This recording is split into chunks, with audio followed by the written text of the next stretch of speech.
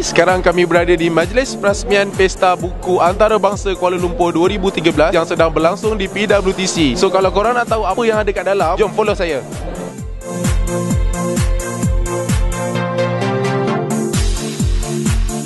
Sekarang saya bersama dengan Amawan. Boleh cerita tak apa yang you buat kat sini? Saya salah seorang daripada pelukis dan penulis di Bling Books Sdn Bhd, kedai P.M. Masara. Ini adalah buku kedua saya. Sekarang ni kita orang buat promosi Bling Box dan juga buku-buku terbaru lah. Apa specialnya dekat booth korang ni? Kita orang ialah menjual banyak buku-buku termaja lah. Dan yang paling penting, kita punya konsep ialah konsep yang memang kalau tengok sendiri pun unik lah, lain daripada lain.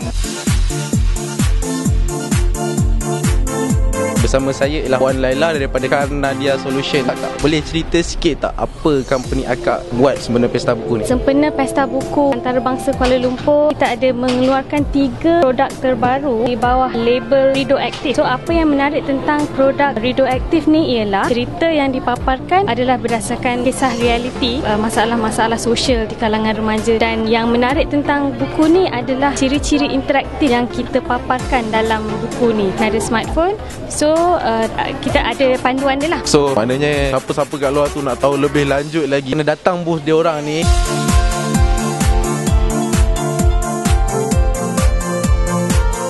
Bersama saya ialah Puan Maznah daripada Al-Tasnim Corporation. Puan, boleh cerita sikit tak apa company buat jual untuk pesta buku sekarang ni? Kita ada special price untuk Quran Al-Mustafir. Produk ni dah ada di pasaran selama 2 tahun. Tapi yang terbarunya apabila kita dah upgrade dari segi software, penambahan hari dan sebagainya. Dan yang terbaiknya lah, kita buat potongan sebanyak 50%. Kita tawarkan harga Mustafir ni pada 399 hanya di PWTC sahaja. Kalau saya nak menceritakan apa kelebihan Al-Mustafir ni, saya rasa baik pengunjung datang ke Al-Tasnim, kita akan beri penerangan lebih jelas dan kita ada juga hadiah-hadiah percuma kepada pengunjung-pengunjung.